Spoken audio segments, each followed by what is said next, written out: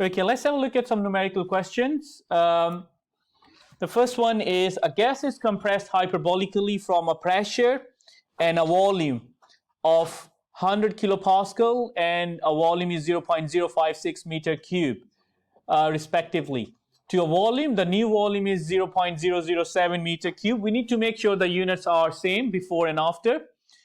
Determine the final pressure and the work done on the system. It's a hyperbolic. Now remember, if they don't give you any coefficient, the n value 1.4 or 1.3, just assume it's 1. Use the normal equation, PV equals to P1 V1 equals to P2 V2, and that's the equation we are going to be using here. Now we got the value of the pressure 1, P1 is that, the volume 1 is this, the volume 2 is there, and the pressure 2 is missing. I can keep it in kilopascals and the answer will be in kilopascals. So I need to find the P2. To do that one, we got the formula P1 V1 equals to P2 V2. P1 is 100. I'm not converting it. V1 is 0.056. I'm just keeping it as it is.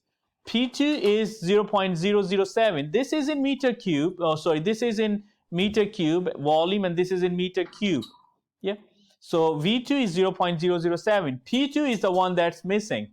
I can rearrange that one. Remember, this was 100 was in kilopascal. If that was in kilopascal, when you put that in calculator, the answer you will get will be in kilopascal. This 0.007 was multiplying on the other side. You just divide it. And hence you got pressure 2. There should be a 2 there. Pressure 2 is 800 kilopascal. Once we got the value for the pressure 2 800 kilopascal, the next part of the question is find the work done. Now the work done, because it's a hyperbolic, we need to use the work done by a hyperbolic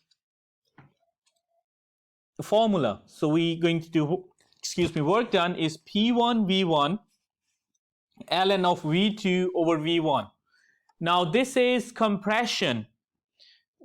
So every time you do the work done in compression, the answer should be a negative because it is work done on the system.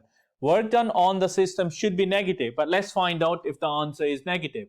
So we got the pressure is 100 and it's kilopascal. I'm using the initial values of pressure, P1, V1.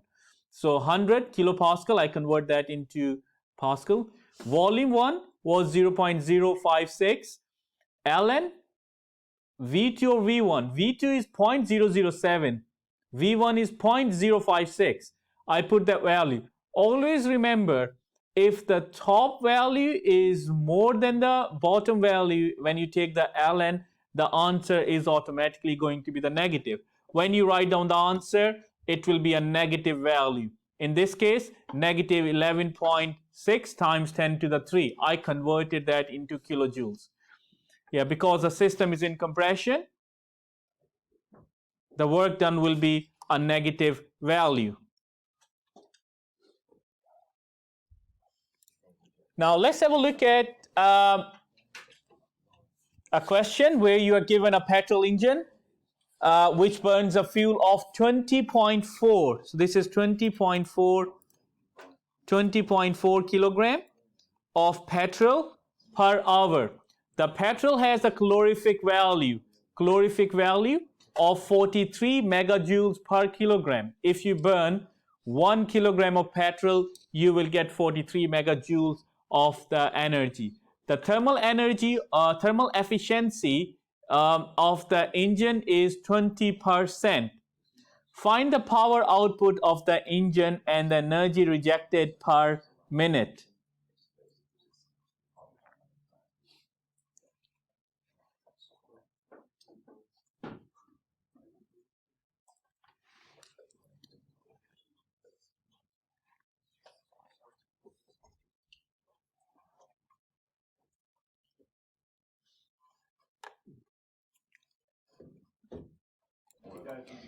Okay, now first thing is we got the fuel. the fuel burning is 20.4 kilogram per hour.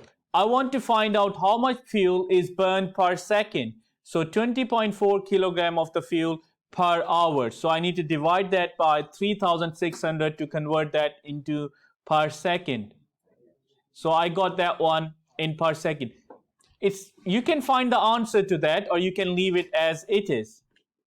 So now, once you got the value of the fuel used per second, which is 20.4 divided by 3,600, you need to find out the energy released per second. Energy released per second is the amount of the fuel that is burned, which is that one, multiplied by the calorific value, which is 43 joules. Megajoules, 43 megajoules. Now, if we go back, it says 43 megajoules per kilogram. So we have this one per kilogram. So we will get this thing. Now, you know the energy released, the unit for the energy released is joules divided by second. Joules per second is energy per second, energy per time, which is actually watt. Energy per second is actually watt. So the answer you will get here, whatever the answer you get, convert that into kilowatts. And this is going to be the energy released per second. Once you got the energy released per second, if you read the question says the power output was 20%. Its efficiency is only 20%. 20% is 0.2. So whatever the energy released per second is, I need to multiply that by 0.2, which means 48.7. This 48.7 is the useful energy. The rest energy is wasted. Now, the other part of the question is heat rejected. Heat rejected should be equal to heat received. That's mean received. Heat received, sorry about my handwriting. Heat rejected per minute is equal to the heat received multiplied by 1 minus eta. This eta here is actually efficiency. That symbol, Greek letter eta, it means efficiency. Now the heat received, the system provides a heat of 243.67 joules. That was per second. In 1 second, the heat that is received is 243.6 joules. Now, I want per minute. So, which means, whatever heat I'm getting per second, I need to multiply it by 60.